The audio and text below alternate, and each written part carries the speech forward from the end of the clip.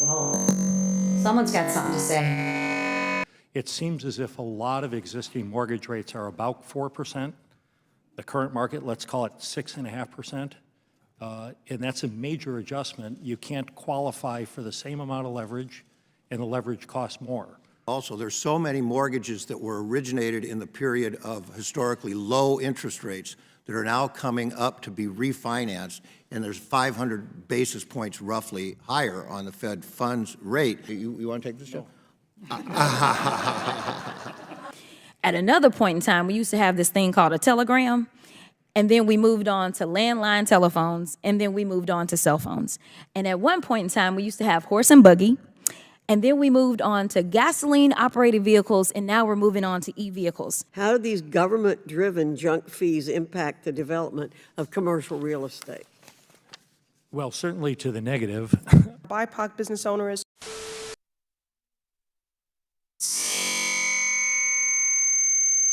Well, someone's got something to say. I never have either.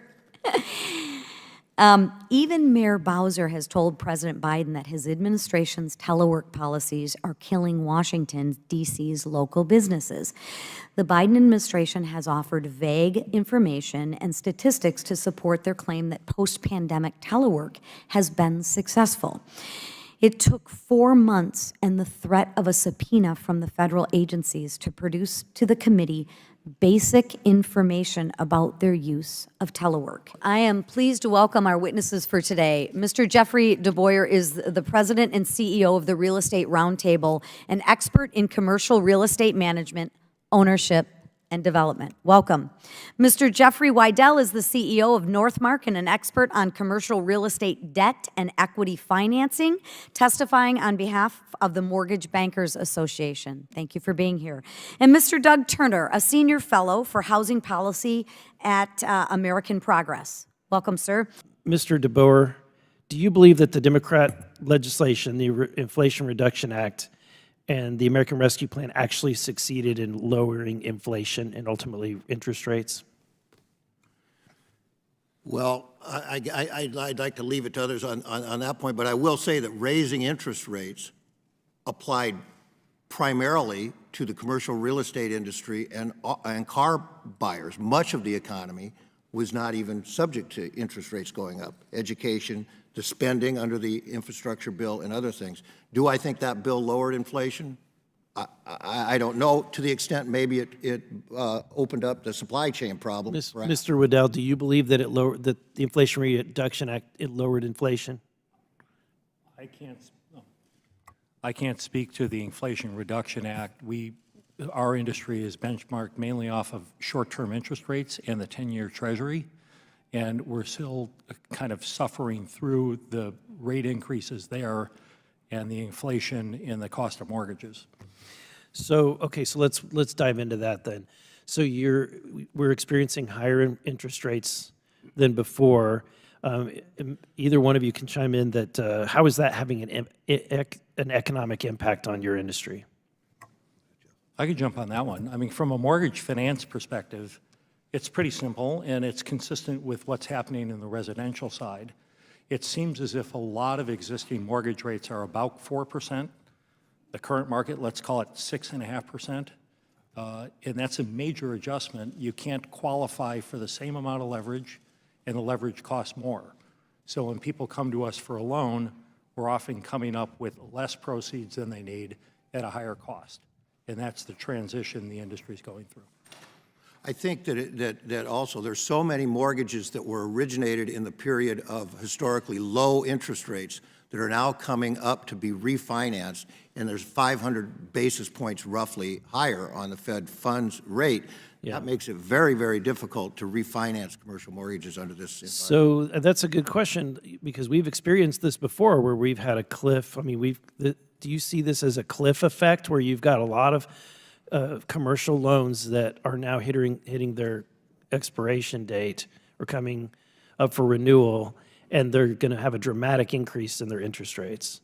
Do you see? I would not necessarily term that issue as a cliff. It's more of a slow-moving train wreck. As these mortgages come up, they're restructured. The meetings are going on with lenders. Some aren't going forward, some are. So as it kind of builds up, it's not overnight problem, I guess I would say. Last question is, how do you see this comparing to what we experienced in 2008?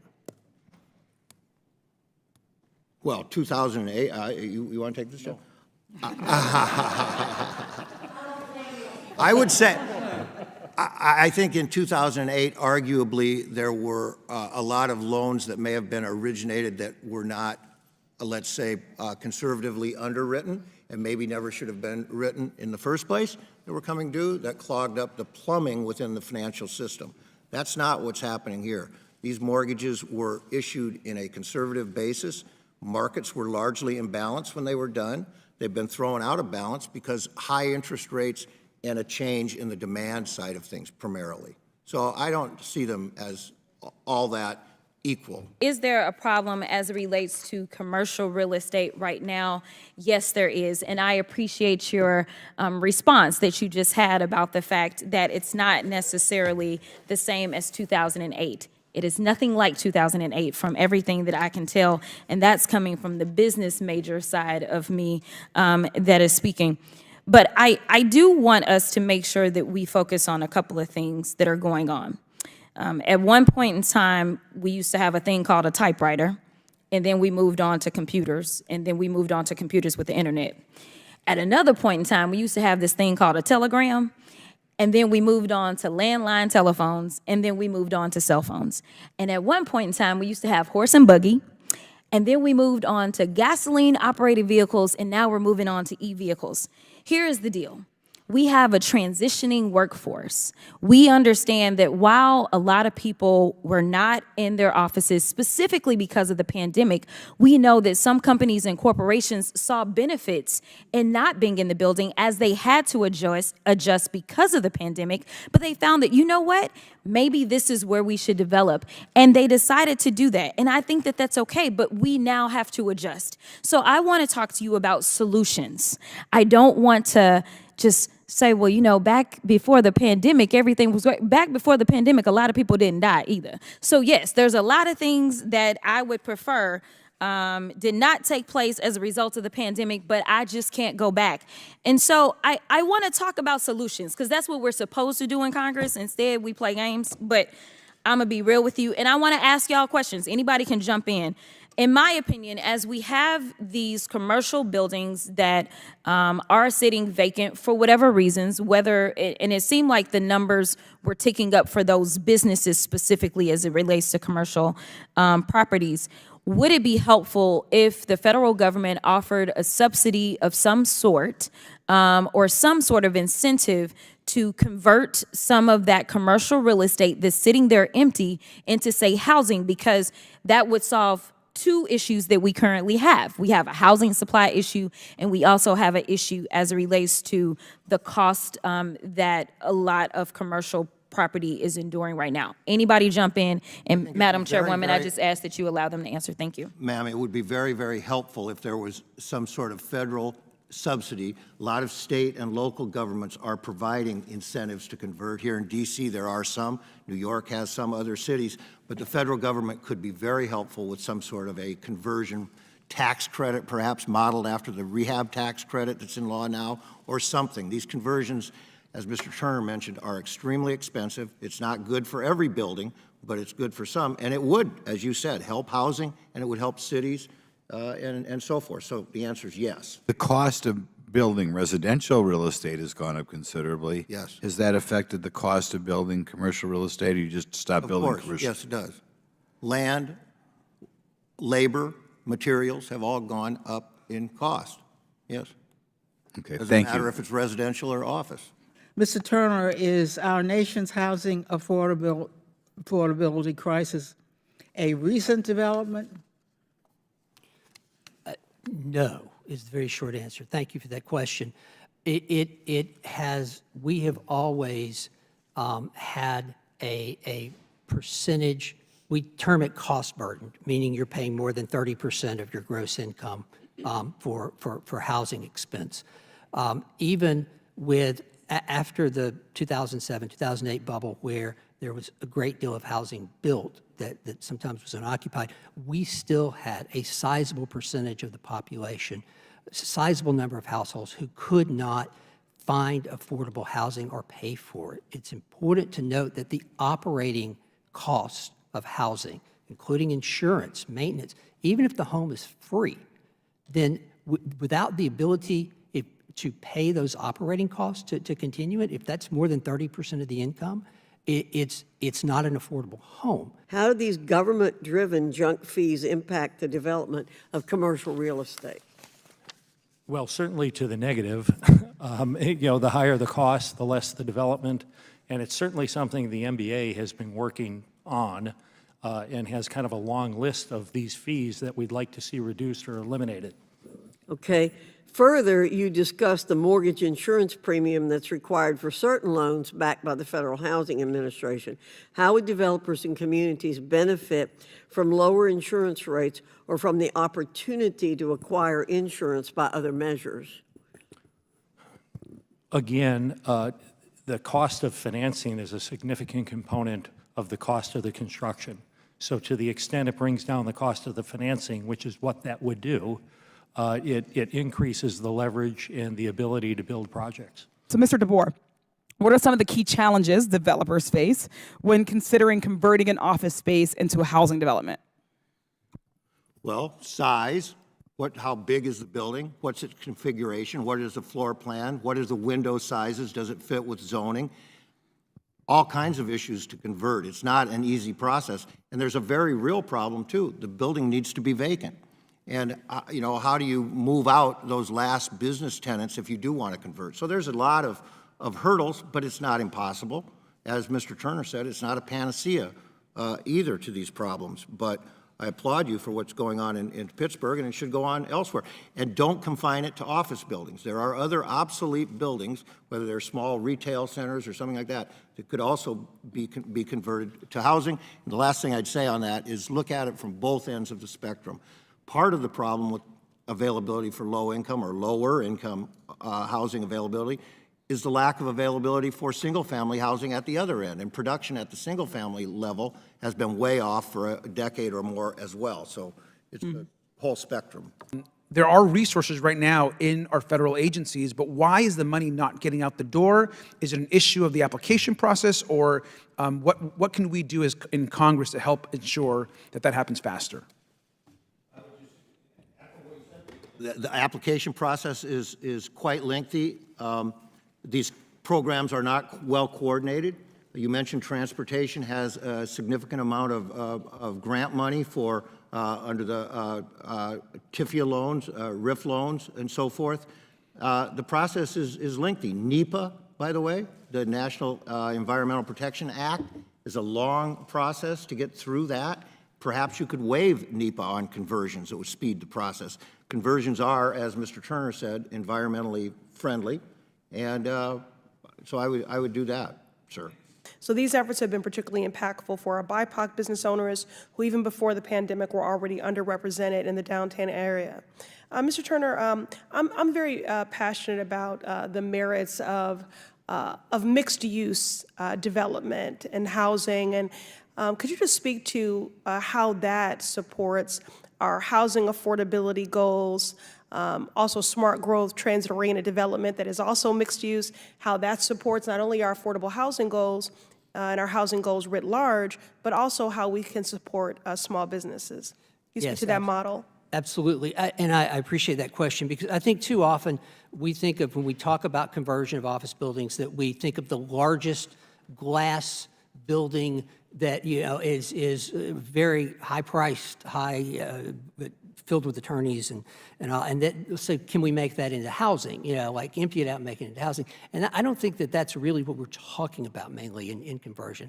I think that the best model is the one you just described, where you may leave, if it's a very large building, a portion of that building as for commercial uses, and then we have a mix of both incomes of those moving in, subsidizing those who can't afford it, perhaps not those who can't afford it, but it's going to be more attractive to them, right? If there are, back to your small business question, it's going to be more attractive and you're going to be more likely to have success with these projects where you're not just getting a place to live, but you have many amenities around it. So I agree with you. What I'm trying to get a gauge on is, what is your level of concern right now in this real estate market? Is that for everyone? Yes. And try and keep it brief if you can, but. Sure. I'll summarize. We were able to have a meeting with the MBA and Chairman Powell about a month and a half ago, and we kind of voiced these concerns, and they took their measured approach to this. And I know he came away with a statement claiming, at least at the bank level, that this is manageable, right? The banking system is manageable. And given— Did he give you any indication of why? Did he talk about liquidity, the new changes of liquidity that the banks are required to have? Boy, I can't speak to his thinking, but I can speak to the fact that this is a known risk. That, once we had the great financial crisis, they were very in tune with commercial real estate and commercial real estate exposure. So this is something that's been quantifiable to them and has been measured, and they analyze and they stress the reserves, and consequently, it's not an unknown. It's not something out of left field. With all due respect, right up until the time that it's a crisis. So I understand. Mr. DeBoer? Level of concern, I guess I would say, is high. These mortgages need to be extended and restructured. The banking system right now is not encouraged to do that necessarily, and there should be some way to incentivize banks to get back into lending, by and large. Construction lending is almost non-existent right now. So I guess I would urge that regulators start to acknowledge that not all commercial real estate is the same. The office market is where the main problems are, and instructing institutions to lower their concentration in commercial real estate may mean that they're not making loans to perfectly credit-worthy borrowers in another asset class. So there needs to be some changes in the restructuring of loans, underwriting perhaps at the banks? Is that what you're saying? No, I think in supervisory guidance, it should be, there should be more flexibility, not only in not criticizing banks for working with borrowers, but there should be more flexibility when they say reduce your concentration in real estate. And, office loans are not an enormous part of bank lending. Commercial real estate is an enormous part of local and regional banks. We got about $2 trillion coming due, though. Yes, but not in office. Okay, so I just think there needs to be a better distinction and not a monolithic treatment of commercial real estate. Okay. There should be incentives to treat restructured loans where equity has gone in. Those should be now classified as performing loans. It's almost a new loan. Okay, thank you. How long do you think we can sustain kind of extensions in office space, the way we have been? Again, I don't want to be avoiding the question directly, but it's very circumstantial. I know certain life insurance companies have pretty much budgeted a 5-year program for this, saying that we don't expect a recovery in this space to occur this year or next, and anything we structure, we want to give 5 years to. So they're looking at an extended way. Okay, let me ask Mr. DeBoer.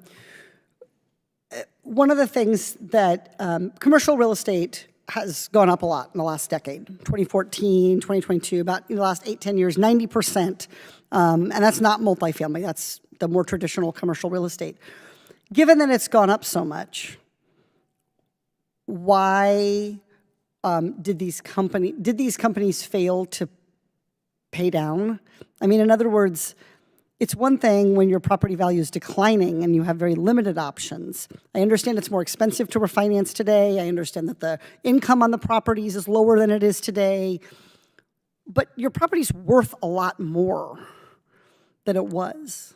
Have they continually levered up to where the loan-to-value ratio has continued to be high?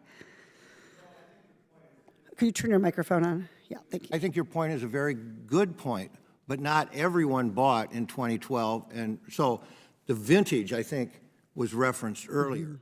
If someone bought in 2012, 2013, low interest rates, they have seen a substantial increase in their value. They have seen equity created, okay? But that's not necessarily true for the 2019, 2020 buyer. And there again, it depends. When you asked about what someone would look at on extending a loan, what is the vintage of the property? What is the financial strength of that borrower? Do they have capital to put in to justify extending that loan? That's the best I can do on that. But your point is obviously perfectly correct. But again, with rates going up 550 basis points or whatever you have a tremendous impact on value and a destruction of equity at the same time that you're requiring new equity to go in to refinance. At the same time, you need new equity to amenitize that building into You the chew up a modern lot of market. that added value with all of those things put together. Right, I mean. If there's no other further business without objection, this subcommittee stands adjourned.